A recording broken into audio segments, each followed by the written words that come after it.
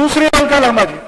धन्यवाद अध्यक्ष जी। आज अल्पकालीन चर्चा में आपने मुझे ईवीएम के साथ कथित छेड़छाड़ तथा लोकतंत्र के लिए खतरा विषय पर चर्चा आरंभ करने का अवसर दिया, उसके लिए धन्यवाद। अध्यक्ष जी, आज पूरे देश की नजर जो है इस विधानसभा के आज के सत्र पर है। ये चर्चा कब उठती है? अभी हालिया ऐसा नहीं है, ये पहली बार प्रश्न उठा है ईवीएम के ऊपर। पहले भी बहुत बार 2009 में भी और उससे पहले भी महाराष्ट्र आपका है, आपका उड़ीसा राज्य है, बहुत से राज्यों में इस तरह की जो है आवाजें उठती रही है। और 2009 में तो मैं कहूंगी खुद बीजेपी ने इसे मुद्दा बनाया था, लेकिन आज उसे ये मुद्दा नहीं लग रहा है।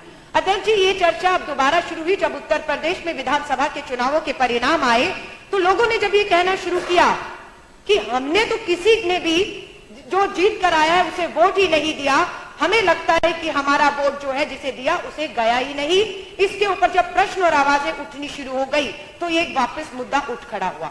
ये वही उत्तर प्रदेश है अध्यक्ष जी, जहां पर एक सेना के जवान के पिता को सिर्फ शक के आधार पर कि उसके फ्रिज में क्या खाना पड़ा हुआ है, सिर्फ शक के आधार पर उसके फ्रिज में पड़े खाने की जांच ही नहीं होती, शक के आधार पर उसे मौत के घाट भी उतार दिया जाता है। आज आपसे यही प्रश्न करने आई हूं, जब इस देश में किसी के फ्रिज में पड़े हुए खाने के ऊपर शक पे किसी को मौत के घाट उतार दिया जाता है, उसकी जांच के लिए, फोरेंसिक जांच के लिए उस खाने को भेजा जा सकता है, तो लोकतंत्र के अंदर अगर ईवीएम के बारे में, ईवीएम पे शक और ईवीएम में अपने वोट के बारे में अगर देश की लोकतंत्र और जनता पूछती है तो क्या उसके जानने का हक नहीं है? अध्यक्ष जी, सबसे बड़ा प्रश्न आज ये उठ रहा है इस देश के अंदर।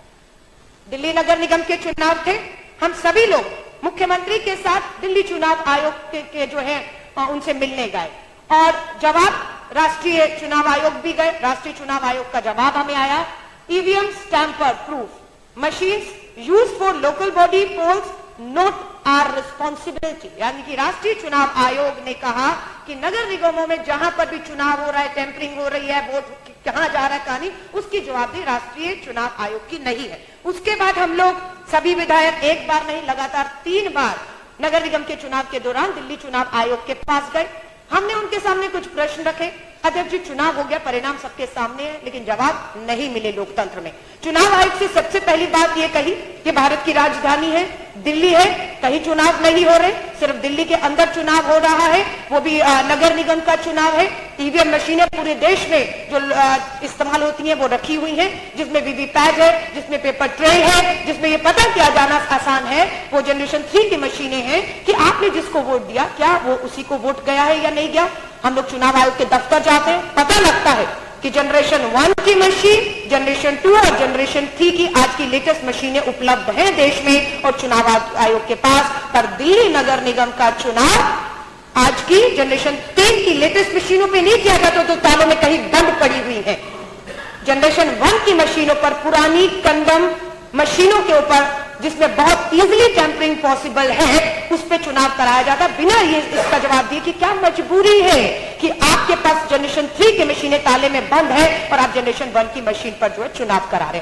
आज तक अध्यक्ष जी जवाब नहीं मिला। उम्मीद करती हूं कि ये जवाब, ये जो प्रश्न जो है इस सदन के माध्यम से पूछा जा रहा है, इसलिए अब उम्मीद करते हैं कि चुनाव आयोग को इसका जवाब देना ही होगा। दूसरा जवाब, चुनाव आयोग ने 5000 के करीब मशीनें राजस्थान से मंगवाई। हमने चुनाव आयोग से प्रश्न किया, दिल्ली में कितने पोलिंग बूथ हैं? अध्यक्ष जी, उन्होंने जवाब दिया दिल्ली में 13,000 पोलिंग बूथ हैं। चुनाव आयोग से अगला प्रश्न था, आपके पास ईवीएम मशीनें कितनी उपलब्ध है? उन्होंने कहा 15,000 के करीब हमारे पास ईवीएम मशीनें उपलब्ध हैं।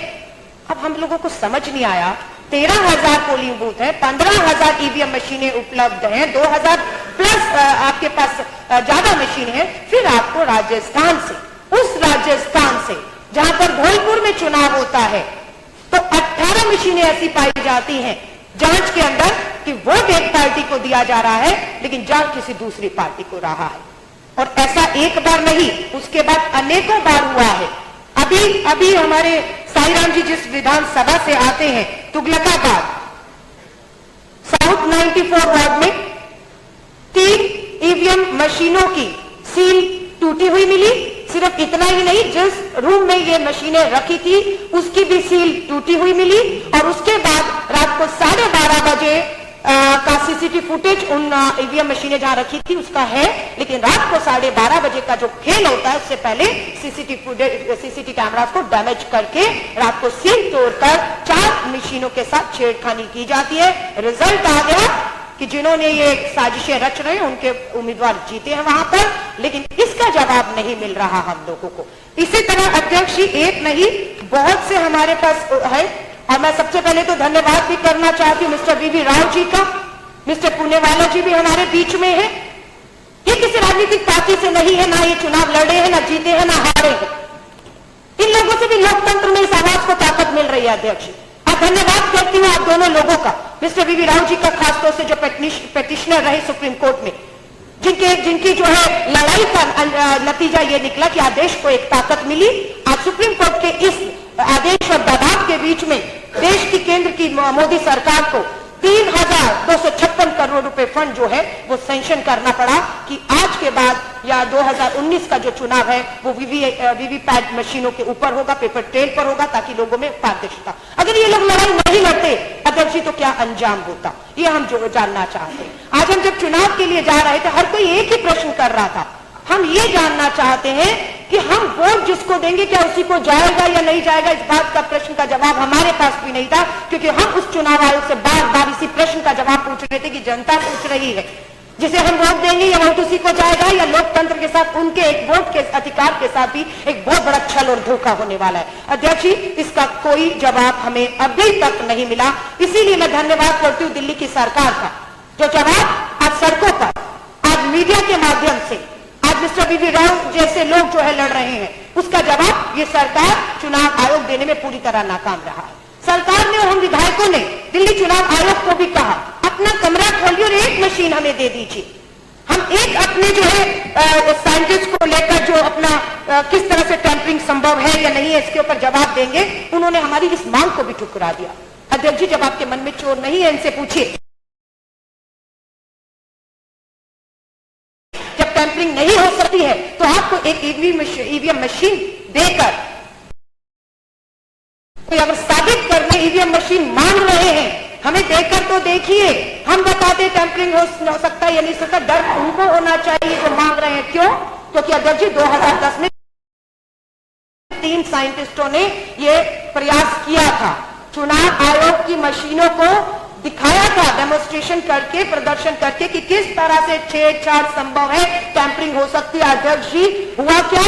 उनके खिलाफ चुनाव आयोग ने एफआईआर दर्ज कराई, उनके खिलाफ कार्रवाई हो गई और उनकी आवाज को जो उन्होंने करके दिखाई थी टैंपरिंग, वो मामला छूट गया और उनके ऊपर एफआईआर हुई, उनके ऊपर केस दर्ज किया, उन्होंने जेल भेजने की तैयारी हुई। मैं सलाम करती हूँ ऐसे साइंटिस्टों को जो आज भी आगे आकर सरकार की इस बात को साबित करना चाहते कि हाँ टैंपरिंग पूरी तरह संभव है।